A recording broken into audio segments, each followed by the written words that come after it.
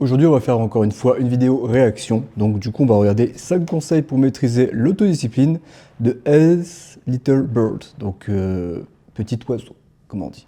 Ok, on est parti. Pour être tout à fait honnête avec vous, on est dimanche 5 octobre, il est 21h32. Demain, je dois me lever à 4h du matin. Et j'espère avoir fini avant 22h30. Allez, on est parti, ça ne dure que 8 minutes. Hello, c'est Stacy, j'espère que vous allez bien. Aujourd'hui, on se retrouve dans une nouvelle vidéo pour parler de l'autodiscipline parce que c'est quelque chose qui vous intéressait énormément quand je vous avais demandé des petits sujets sur lesquels vous vouliez que je vous parle. Donc, on est là pour parler de ça aujourd'hui. C'est parti. Donc, Oula, la qualité du son déjà n'est pas très bonne. Mais bon, c'est pas très grave. J'ai envie de vous tourner cette vidéo-là un petit peu en mode conseil, comment moi je gère mon autodiscipline. Mais d'abord, qu'est-ce que c'est l'autodiscipline? En gros, c'est renoncer à quelque chose parce qu'on aspire à quelque chose de mieux. En gros, vous allez vous priver de ne pas faire 3 McDo par semaine parce que vous avez envie d'un meilleur physique, parce que vous avez envie de perdre du poids, parce que c'est mauvais pour la santé. Ça, c'est de l'autodiscipline. Alors, c'est vrai, mais quelque part, c'est pas vraiment... Alors, privé, c'est pas vraiment le terme que je vais réellement employer. Je dirais plus que c'est du sacrifice. Vous allez sacrifier en fait 3 McDo par semaine pour effectivement tenir une diète qui va vous permettre de bien plus vous élever et de vous permettre d'atteindre vos objectifs. Donc en soi, ouais, je suis d'accord avec elle. Le fait que vous allez vous entraîner, même si vous êtes fatigué, le fait que vous allez vous entraîner alors que vous n'avez pas forcément envie, c'est de l'autodiscipline. Parce que vous faites quelque chose qui, sur le coup, n'est pas forcément ce que vous avez envie de faire, mais qui, vous savez, est mieux pour vous. Vous allez faire des efforts et des sacrifices. L'autodiscipline, c'est ça. C'est faire des efforts, faire des sacrifices pour quelque chose que vous savez beaucoup plus bénéfique pour vous. Donc, mon conseil numéro 1, ça va paraître idiot, mais il faut la travailler cette autodiscipline. Elle va pas, clac, tomber du ciel et ça y est, c'est bon, vous êtes au taquet. Non, c'est petit à petit, vous allez travailler sur des points qui vont faire qu'au fur et à mesure, ça va faire partie de vos habitudes, ça va faire partie de votre autodiscipline. De toute manière, on vous l'a certainement souvent dit, mais plus tu as l'habitude de faire quelque chose, plus c'est simple. Au début, tu vas peut-être galérer à faire ça parce que tu n'en as pas forcément envie, même si c'est le mieux pour toi. Et c'est au fil du temps, au fil du fait que tu vas répéter encore et encore. Par exemple, au début, quand tu t'entraînes, déjà tu connais pas trop, etc. Tu n'es pas forcément à l'aise. Mais plus tu vas aller à la salle, plus tu vas progresser, plus tu vas réussir. Donc là, c'est la même chose. Plus tu vas travailler ton autodiscipline, plus tu vas performer là-dedans et donc plus tu auras de résultats. C'est un peu comme si je vous disais, plus tu vas résister à quelque chose, plus tu vas t'habituer à ça. Après, je parle quand même dans la limite du raisonnable. Allez pas vous créer des TCA parce que vous avez voulu avoir une autodiscipline là-dessus. Le but quand même, c'est de pouvoir kiffer ce que vous faites tout en ayant une autodiscipline qui vous permet en fait de tenir sur le long terme. La motivation, ça va vous lancer. L'autodiscipline, ça va vous faire perdurer en fait. Mon conseil numéro 2, je dirais que c'est de penser positif. Alors, le premier conseil est extrêmement vrai, très bon conseil. Simplement, si on parle d'autodiscipline pure, je pense que c'est un conseil qui est vraiment adapté. Mais par contre, elle est partie sur les habitudes et c'est très vrai. En fait, avant de maîtriser cette autodiscipline, vous devez savoir vers où vous voulez aller, vers quelle habitude vous voulez créer. Et c'est très vrai. Tout ce qu'elle est en train de dire, c'est très vrai. L'autodiscipline, c'est un muscle. Plus vous le travaillez, plus vous allez de l'avant et mieux ça sera. Pendant très longtemps, j'avais tendance à m'envoyer des ondes négatives constamment dans la tronche. Non, je ne vais pas y arriver. Non, je ne vais pas pouvoir le faire. Non, je ne vais pas aller là-bas parce que j'ai peur. Non, parce que... Voilà, c'était constamment ça. Petit à petit, en fait, j'ai un peu lâché prise face à ce non, en ayant tendance à dire un peu plus souvent oui, en émettant l'hypothèse que je pouvais peut-être y arriver. Déjà, j'étais plus dans le non. Et petit à petit, c'est oui, je sais que c'est dur, mais ouais, je sais que je vais y arriver. Oui, je sais que... Alors, c'est très vrai. La positivité, c'est vraiment une chose qui est vraiment beaucoup sous-cotée. Les gens pensent que si vous vivez dans un univers de joie, eh bien, vous êtes simplement idiot ou naïf, mais c'est complètement faux. La positivité, bon, alors, ce que je vais dire, ça va vous parler certainement à très peu d'entre vous, mais ça vous permet beaucoup d'élever votre vibrance vibratoire. C'est-à-dire que chacun d'entre nous sommes sur, on va dire, une certaine vibrance, une certaine vibration. Et la vie que vous souhaitez est sur une autre vibration. C'est vraiment ce que le livre Transurfing explique. Transurfing de je ne sais plus exactement de qui. Ça me reviendra au cours de la vidéo certainement, mais vous devez comprendre que être positive, ça va vous permettre d'appliquer une loi de l'univers qui est vraiment attirer ce que vous pensez. Plus vous allez être positif, plus vous allez attirer ce que vous pensez parce que plus vous allez vous élever en termes de vibrance vibratoire. Mais bon, la positivité à elle seule, ne fait pas beaucoup de choses. Il faut savoir qu'il faut bien manger, bien dormir, qu'il faut pratiquer surtout la rétention séminale, qu'il faut ne pas manger le junk food, qu'il ne faut pas manger surtout de régime alcalique. Et tout ça va vous permettre d'augmenter votre vibrance vibratoire.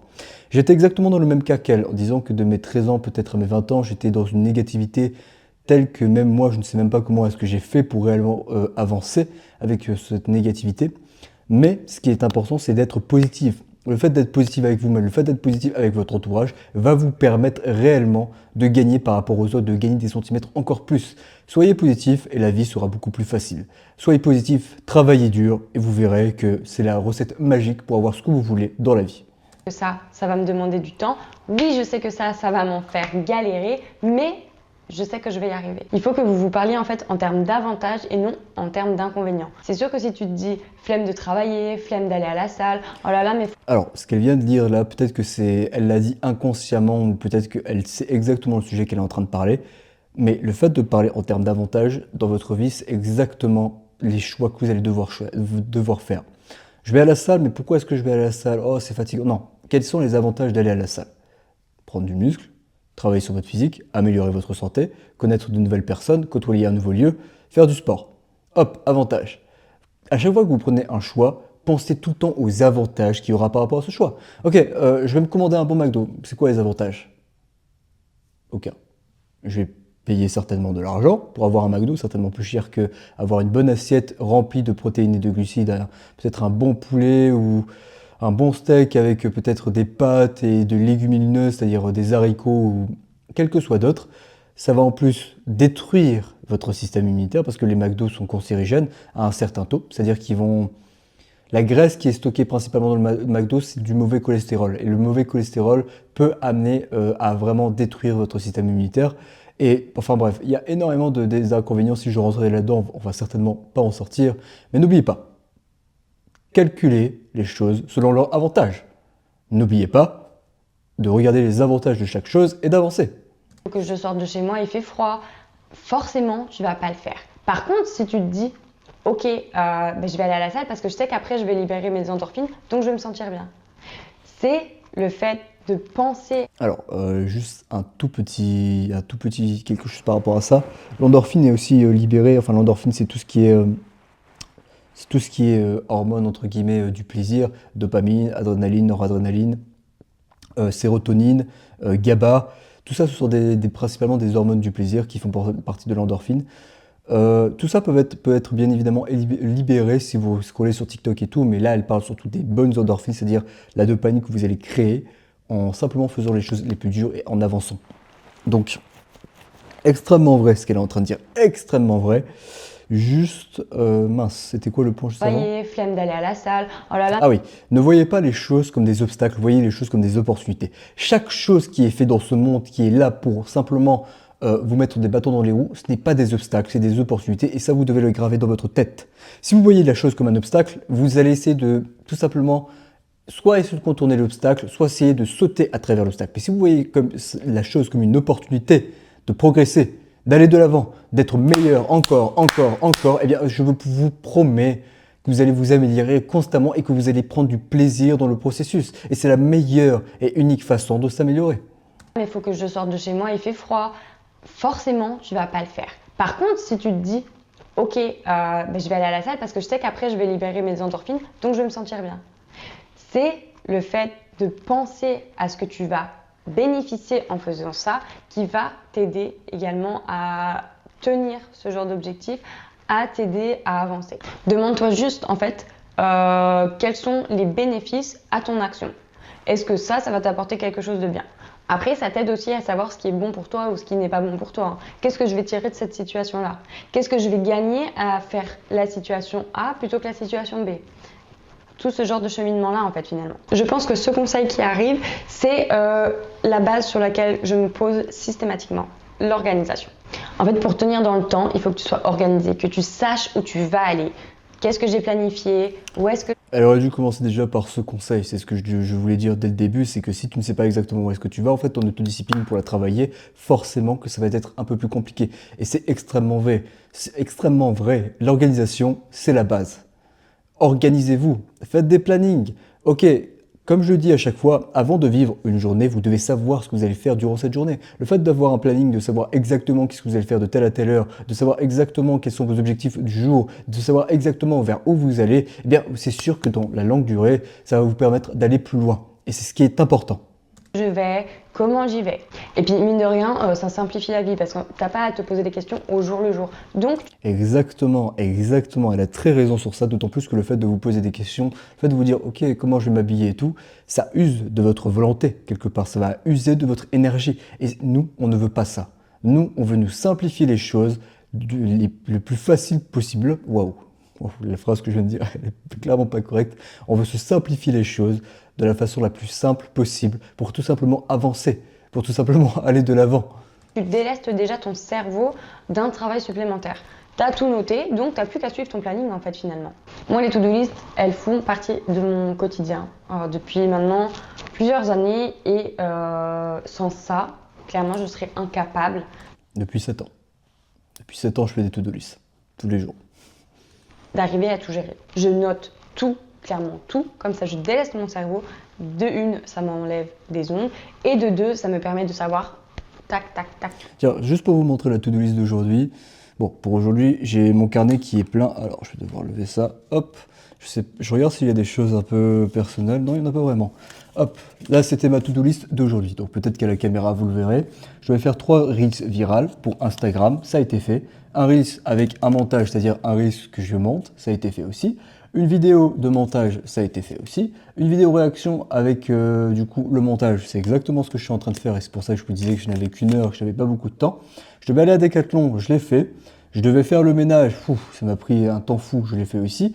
Je vais télécharger un dossier, faire le dossier d'immigration parce que je suis en Roumanie et qu'il faut que je rénove ma carte malgré que je suis dans l'Union européenne. C'est tout simplement des procédures roumaines. Il fallait que je travaille, c'est l'une des choses que je n'ai pas fait. Et la salle, je viens tout simplement d'en ressortir. D'ailleurs, j'ai mon sac qui est juste ici de la salle, hop. Je viens juste d'arriver, que je viens juste de tourner, donc c'est fait.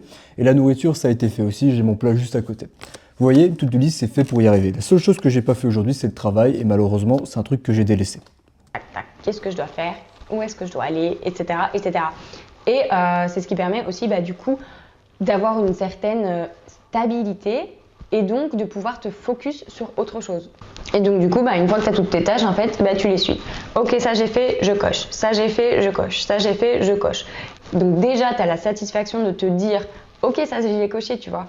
Plutôt qu'à la fin de la journée, non, j'ai pas fait ça. Après, ça arrive, ça m'arrive. Maintenant, j'ai dramatisé le truc. Mais souvent, c'est un peu une sorte de challenge aussi. Tu t'es dit, bon, faut que je fasse ça, ça, ça, ça. Donc déjà, tu vas être plus productif, tu vas t'organiser. Alors, là où je vais la reprendre légèrement, c'est que ce qui est important de faire avec une to-do list, c'est de savoir les tâches que vous devez prioriser. Qu'est-ce qui est important dans cette journée, qu'est-ce que je dois faire impérativement, qui est important pour aujourd'hui, pour que je puisse avancer. Si vous faites les tâches prioritaires en premier et que vous laissez vraiment les tâches secondaires en dernier, eh bien, vous ne retrouverez pas sur, comme elle disait, le fait de réellement arriver à la fin de la journée et de ne pas avoir fait les choses. Parce que les choses que vous n'avez pas fait, c'est secondaire. Et forcément, c'est pas quelque chose de très important. Mais si vous faites les tâches primaires, eh bien, forcément, ça va vous aider plus rapidement. Beaucoup mieux. Et au fil du temps aussi, tu vas apprendre à savoir à quel moment les choses sont les plus propices pour toi. Je sais que par exemple, je vais filmer le matin, d'une parce que la lumière est quand même meilleure, de deux parce que je suis plus réveillée. En début d'après-midi, je sais que je vais avoir un peu le coup de barre, je vais pas aller à mon entraînement.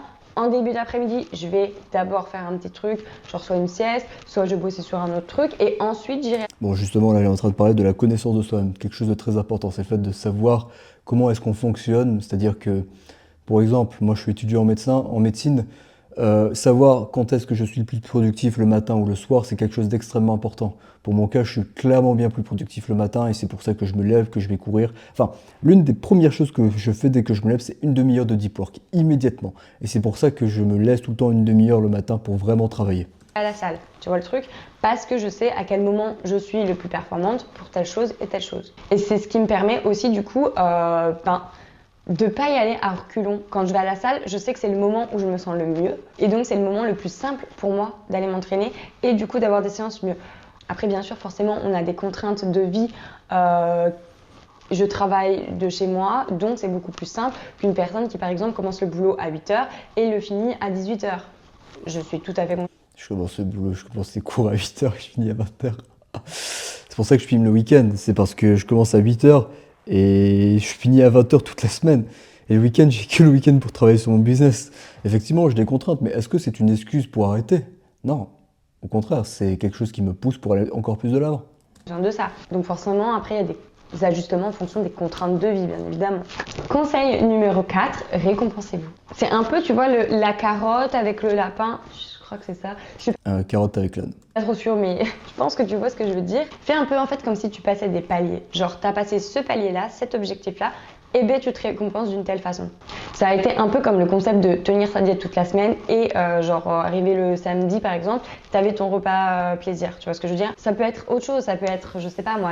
Alors, moi, je suis vraiment contre ce concept de récompense parce que, après, moi, je développe une mentalité de gagnant. C'est-à-dire que peu importe ce qui va m'arriver, peu importe ce qui m'arrive, je continue, je continue. Combien de fois je suis tombé d'une façon inéluctable et combien de fois je me suis relevé d'une façon incroyable. Vraiment, il y a des moments où je suis tellement tombé bas et que je ne pensais réellement pas me relever et au final, je me suis relevé encore et encore. Et pour moi, ce système de récompense, ça ne veut rien dire. Le fait de travailler aussi dur, si vous travaillez aussi dur, c'est pour réussir à atteindre un certain niveau de vie, c'est pour réussir à atteindre un certain projet, c'est pour réussir à atteindre une certaine estime de vous-même dans la vie. Et c'est ce qui est important. Et je pense que c'est ça la récompense, c'est d'arriver à ce statut. Et c'est pour ça que je suis un peu contre cette idée de se récompenser à court terme, parce que je pense que c'est quelque chose qui saccage vraiment le progrès que vous êtes en train de faire. Perdu les 10 kilos que tu voulais perdre, ok, ben, je m'achète cette nouvelle robe sur laquelle je flash depuis plusieurs semaines. C'est des petits trucs comme ça qui font que, bah, ok, ben, j'ai réussi à faire ça, je vais avoir ça.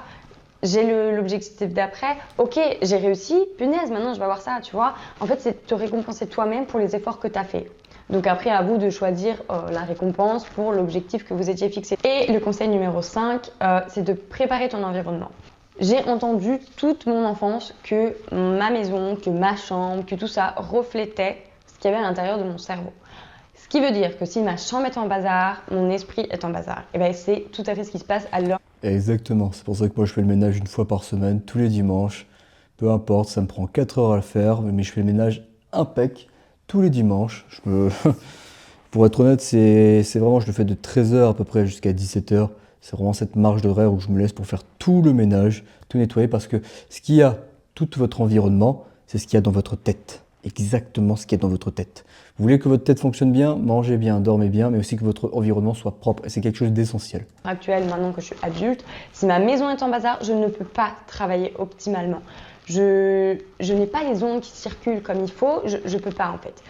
Donc par exemple, je sais que je vais faire quand même du ménage avant de travailler pour que mon espace autour de moi soit propre, soit clean, ça soit bien. Par exemple, si je dois filmer une vidéo, première chose que je fais, je mets mon téléphone en silencieux parce que j'ai besoin d'être focus sur cette tâche-là et que j'ai pas envie d'être dérangée toutes les 3 secondes par mon téléphone qui sonne, nanana, tu vois. Il faut que tu sois vraiment dans des conditions optimales. Quand je vais à la salle, je mets mes écouteurs dès que je sors du vestiaire. Enfin, je sors du vestiaire avec mes écouteurs. Je commence à me conditionner à avoir mon training. Je ne vais pas répondre à mes messages pendant que je m'entraîne ou très rarement. Je conditionne chaque tâche en améliorant. Je ne travaille pas pendant que ma maison est crade. Je ne m'entraîne pas en allant H24 sur les réseaux sociaux. Je ne filme pas en ayant mon téléphone qui sonne tous les 4 minutes. Donc il faut que tu sois dans un environnement qui soit propice à développer tout ça. Du coup, voilà pour ma petite vidéo sur l'autodiscipline. J'espère qu'elle t'a plu. Bah honnêtement, elle m'a plus que plu. Honnêtement, c'est une bonne vidéo sur la discipline. Je pense qu'il faudrait simplement revoir l'ordre vraiment des conseils. J'aurais mis en fait l'organisation en premier, puis ensuite l'environnement, puis après partir sur le muscle de l'autodiscipline et après le reste des conseils n'était pas réellement très important, mais j'aurais mis cet ordre-là. En tout cas, très bonne vidéo, ça mérite un like. Vraiment, c'est une très bonne vidéo. Bien, on passe à la suite.